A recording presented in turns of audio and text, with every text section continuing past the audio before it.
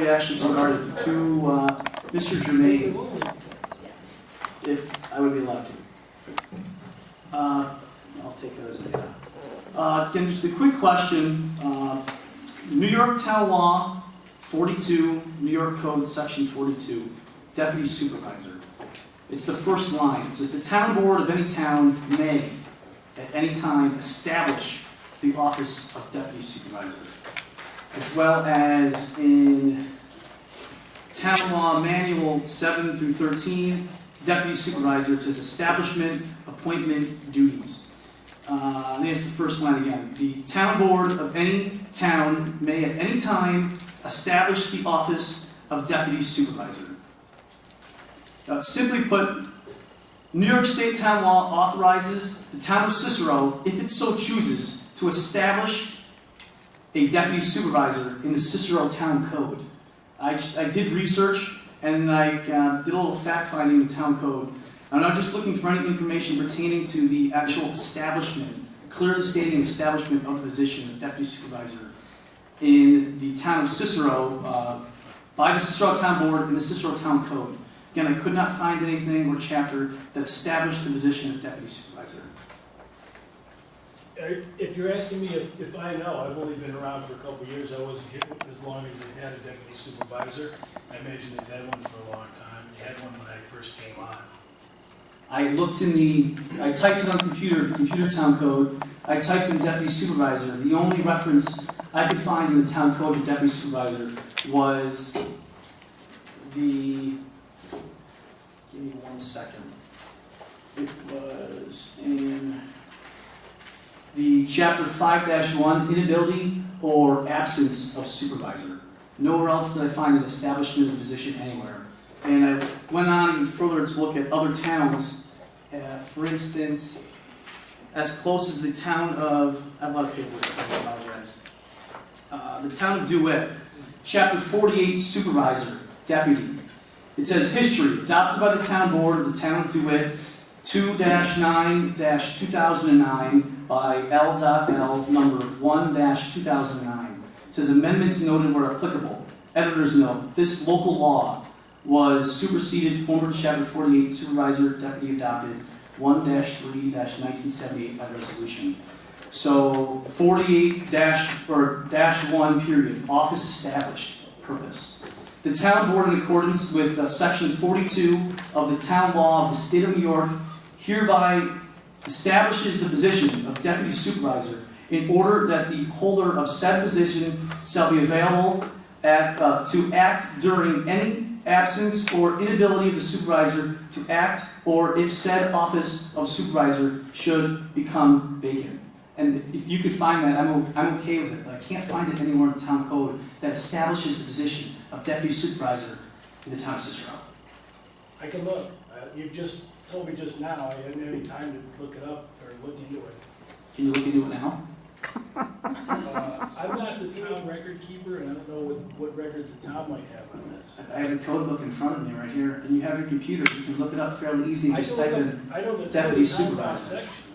I know the town law sections that allow a town to establish a town supervisor, and I think that's correctly we quoted it. What's the question? Whether Cicero ever did that or not? That's correct. Yes. I wouldn't know. It would be in the town records. I'm just going to say it to the board. If I don't have, if Mr. Germain won't look it up for us, I don't feel that we should move on if we don't know that this has actually been established as a position or not. That's it. This is a question of me not looking it up. I said it's the records that you seek are town records. If and when this was ever established, I don't have access to those right now. The town code of the computer, that's the town law, that's town code. I also have the town code book with me. I don't think you're understanding what I'm saying. I think the question is, I think you're correctly citing the portion of town law that says the town can establish the office of Deputy Supervisor. And I'm asking you if you can clarify if the town of Cicero has established that position. And I think I answered that I don't know. I'd have to look at the town records. I don't have access to them. And I'm okay with allowing you time to look that information up before we move on with this meeting. Because again, if we illegally move forward with this meeting, Again, everything in this meeting it's illegal and null and void. I don't know. I'd answer that, I don't know. Would you look it up, please?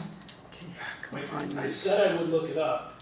I need access to the town records to see. Your computer online is the town. I have the town code book in front of me as well.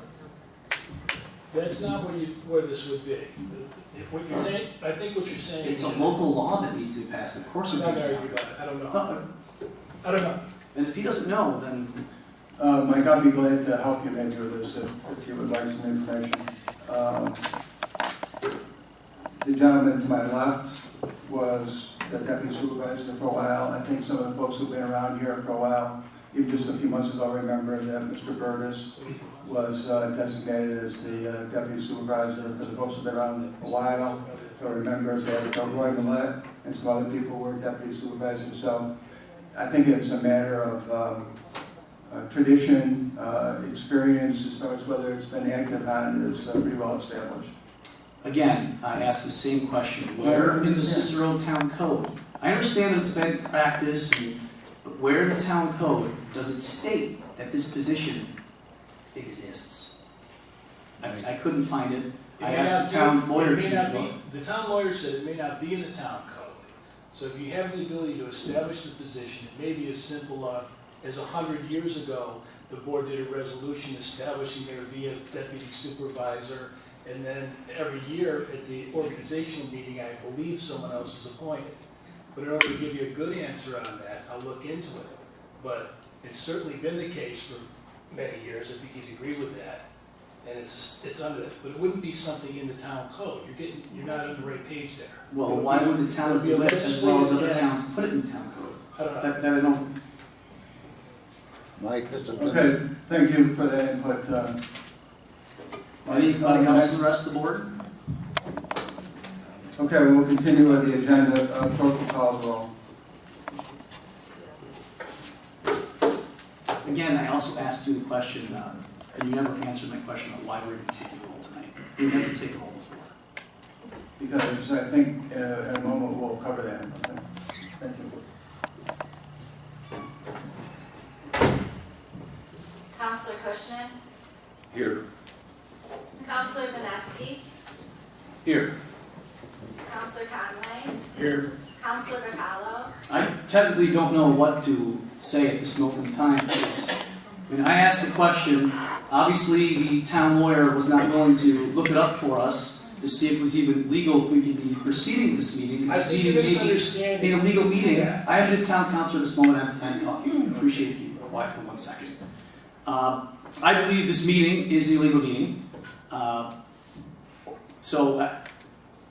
I'm in a quandary right now whether I should say I'm present, whether I'm not present, and I wasn't given a definitive answer either way of whether this position was established or not. Mike, it's been established, let's get on with the meeting. Okay, thank you. Will the clerk continue? Thank you.